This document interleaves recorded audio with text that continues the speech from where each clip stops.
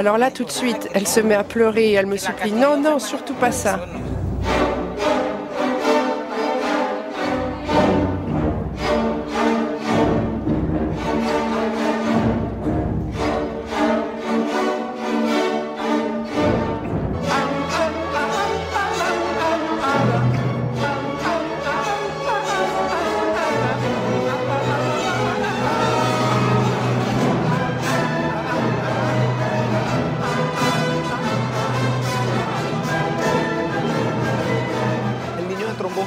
L'enfant qui joue du trombone, Angèle, il était extrêmement timide au début.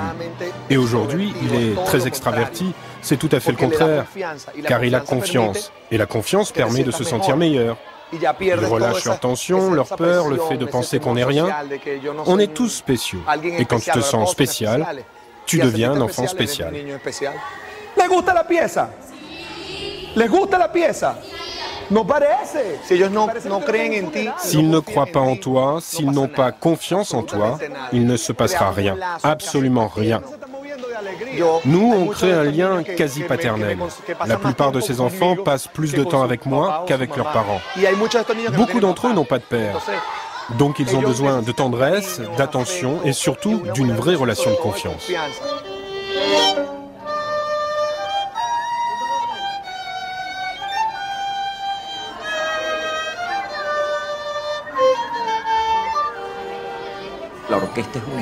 L'orchestre, c'est une école de vie sociale. Les enfants et les jeunes apprennent à l'intérieur de l'orchestre le sens même de la vie en communauté.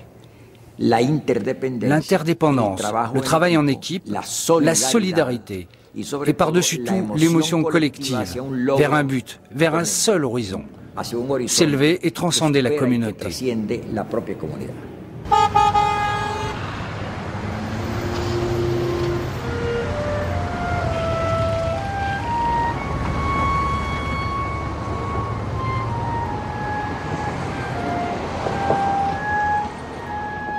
Los Charros est un centre pour enfants maltraités et abandonnés de Caracas. Ici enseigne Lenar Acosta, un clarinettiste réputé, formé par le Sistema.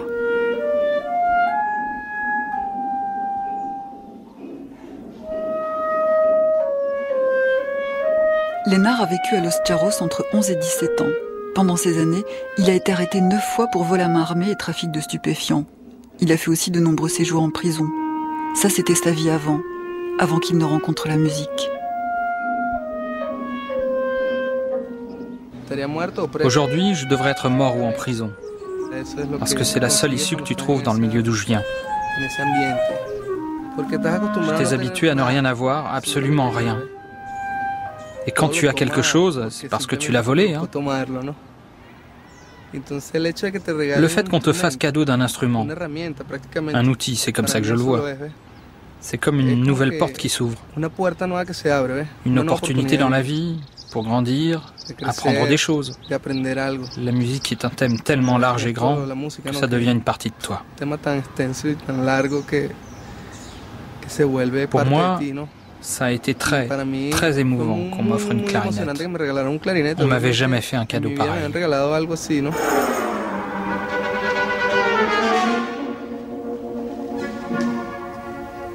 Certains musiciens, issus du Sistema, jouent aujourd'hui dans les plus grands orchestres du monde. Mais celui qui suscite l'admiration de tous, reconnu comme l'un des meilleurs chefs d'orchestre au monde, est un jeune prodige de 26 ans, Gustavo Dudamel.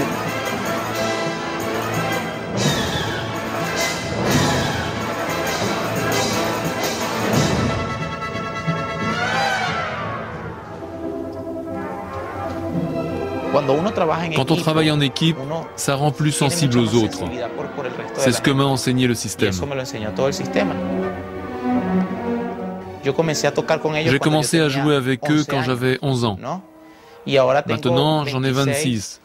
Donc nous avons été ensemble pendant 14 ans, si je calcule bien. On a grandi ensemble, on a été des enfants ensemble, puis des adolescents.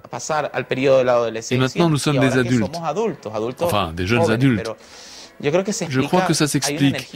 Il y a une énergie très spéciale qui vient de la façon d'enseigner collectivement. Ça donne à l'orchestre plus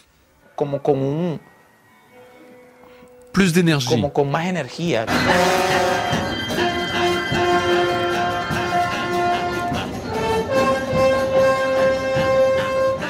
Aujourd'hui, Gustavo Dudamel dirige l'orchestre des jeunes du Venezuela, tous issus du Sistema. À 26 ans, il a déjà signé des enregistrements de Beethoven et Mahler chez le prestigieux label Deutsche Grammophon. Et en 2009, il reprendra la direction de l'orchestre de Los Angeles.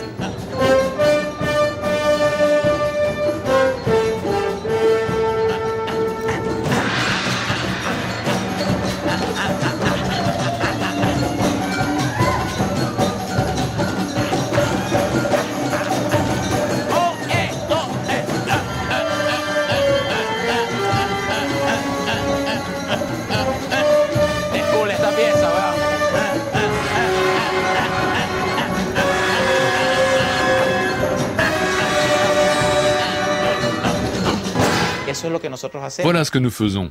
Lutter pour changer la vie des enfants, leur donner un espoir, une raison, une lumière.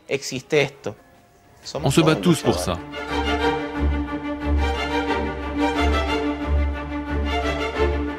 Aujourd'hui, le Sistema ne cesse de prendre de l'ampleur, avec toujours plus de nouveaux élèves, de nouveaux professeurs, de nouveaux talents.